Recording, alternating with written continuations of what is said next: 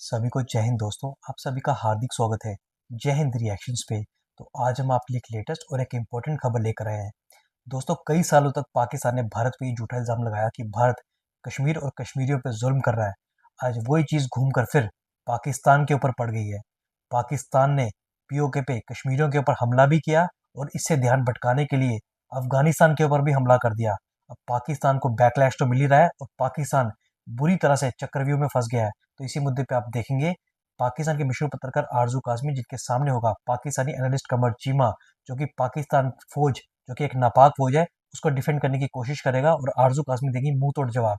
और ये दोनों बात करेंगे हमारे प्यारे और शक्तिशाली देश भारत के बारे में। तो इसे अंत तक देखें और चैनल पे नए हैं तो चैनल को सब्सक्राइब कर दें। तो चलिए साथ मिलकर ये वीडियो देखते हैं और अंत में इसके बारे में बात करेंगे।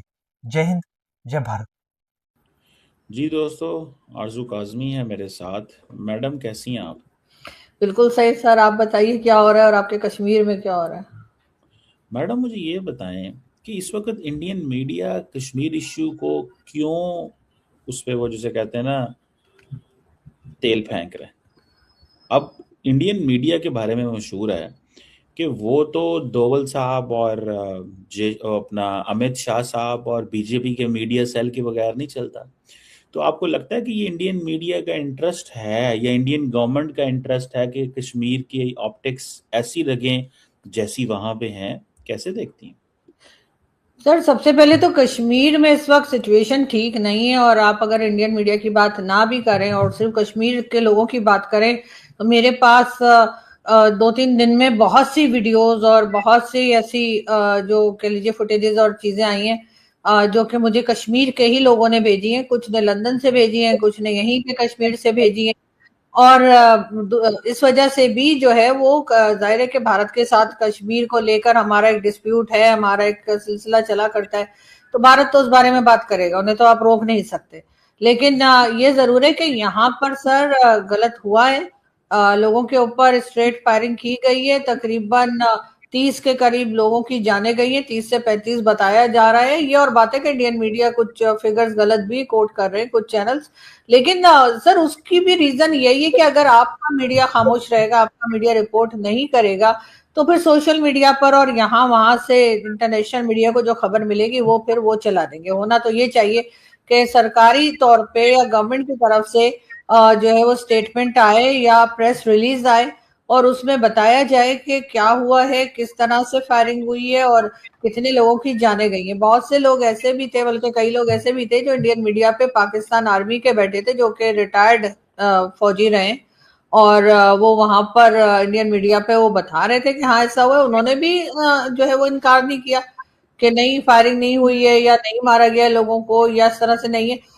बल्कि वहां की तो ये तक खबर है सर कि रात के वक्त लाइट्स ऑफ कर दी गई और फिर स्ट्रेट फायर किया गया, जिससे जो पीसफुल प्रोटेस्ट चल रहा था उसके लोगों की जाने गई है। वो प्रोटेस्ट कर रहे हैं, प्रोटेस्ट करने दें। और इससे पहले भी 2023 में, if I am not wrong, आपको याद होगा कि उस वक्त भी प्रोटेस्ट चला था, तब भी उठा उठा के पहाड़ी से नीचे रेंजर्स को और पुलिस वालों को कश्मीर के लोग फेंक रहे थे। और इस वक्त भी कहा जा रहा है कि जी उनकी तरफ से तो कोई फायरिंग नहीं हुई है, उनके पास तो कोई हथियार नहीं थे, हथियार तो इस साइड पे थे।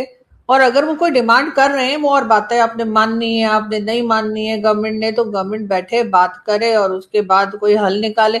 लोगों को जबरदस्ती ये कहना कि नहीं आप घर में जाएं, आप प्रोटेस्ट नहीं कर सकते, आप रोड पे नहीं आ सकते, तो फिर साफ कह दें कि ये डेमोक्रेटिक कंट्री नहीं है, डिक्टेटरशिप चल रही है।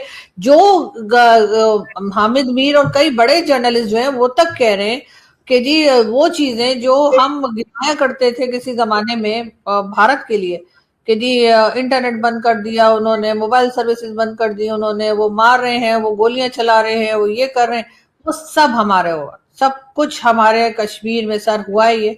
और उसके बाद अख्तर खान मेंगल साहब का भी आप ट्वीट देख लीजिए। उन्होंने कहा कि अगर ये उन लोगों को जिन ये कहते हैं कि जी ये तो हमारी शहर है कश्मीर, अगर उन लोगों के साथ ये सलूक हो रहा है कि उन्हें मारा जा रहा है, उन्हें गद्दार कह रहे हैं, उन्हें टेररिस्ट कह रहे हैं, तो उन्होंने कहा फिर हम तो परदेसी हैं। उन्होंने बलूचिस्तान के हवाले से फिर ये बात की है।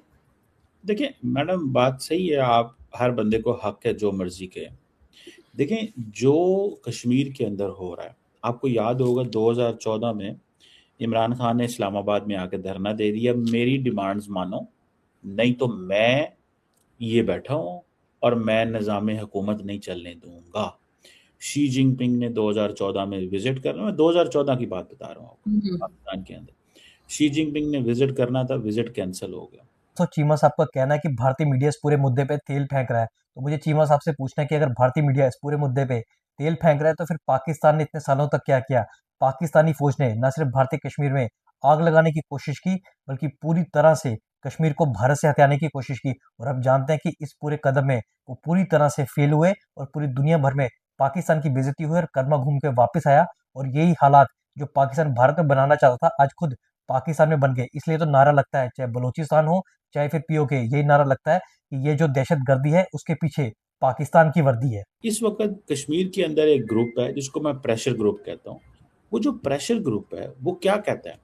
प्रेशर ग्रुप कहता है जो हम कहते हैं मानो, जो पार्लियामेंट के अंदर लोग हैं उनकी कोई औकात नहीं है, कोई वैल्यू नहीं है, हम उनको कुछ समझते नहीं है, और ये हम चाहते हैं ये हो।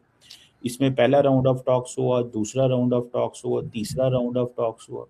क्वेश्चन ये है कि जब एक ग्रुप इस बात पे आ जाए कि मैं हमारी बात मानो वरना हम तो एहतजाज करेंगे और हम इस हुकूमत को नहीं चलने देंगे, शटर डाउन कर देंगे, और हमारे साथ 50,000 बंदा है, हमारे 30,000 बंदा है, हमारे पास 1 लाख बंदा है। दूसरी साइड पे एक हुकूमत है, वो कहती है भाई हम भी अवाम से इलेक्ट होके हैं, ये पार्लियामेंट है, अगली दफा तुम इलेक्शन लड़ लेना, जो मर्जी कर लेना।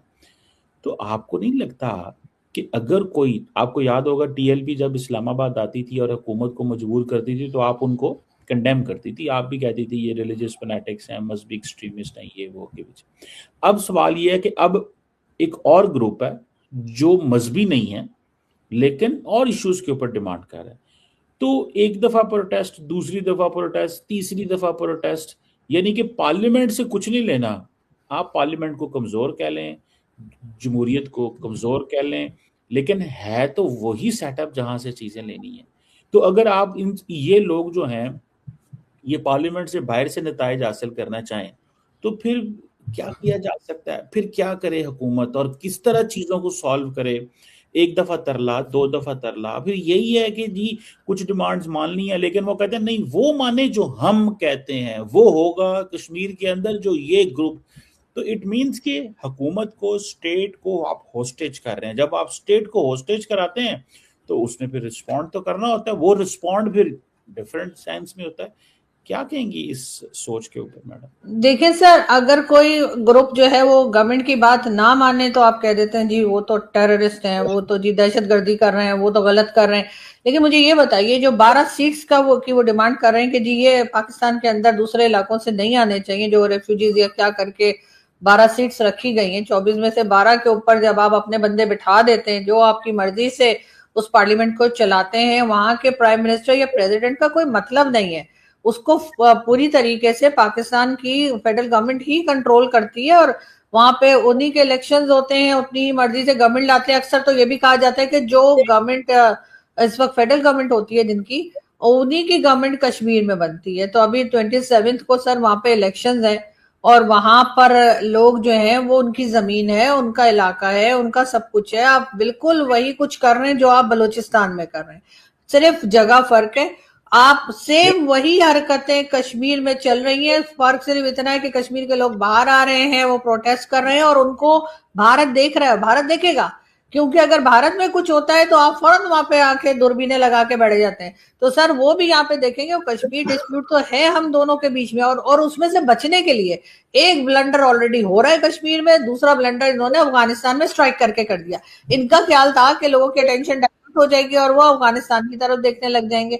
लेकिन सर ये कश्मीर का इशू जो है ना, वो यूएन में भी है और दुनिया देख रही है इधर, और ये गलत कर रहे हैं सर। हमारी स्टेट ने गलत किया है कश्मीर के लोगों के साथ। मैं कहता हूँ दोस्तों आपने देखा चीमा साहब इस बार काफी ज्यादा घबराए हैं। उनको पता है इस बार जो आग लगी है, ये आग पूरी तरह से पाकिस्तान को जला के रख देगी।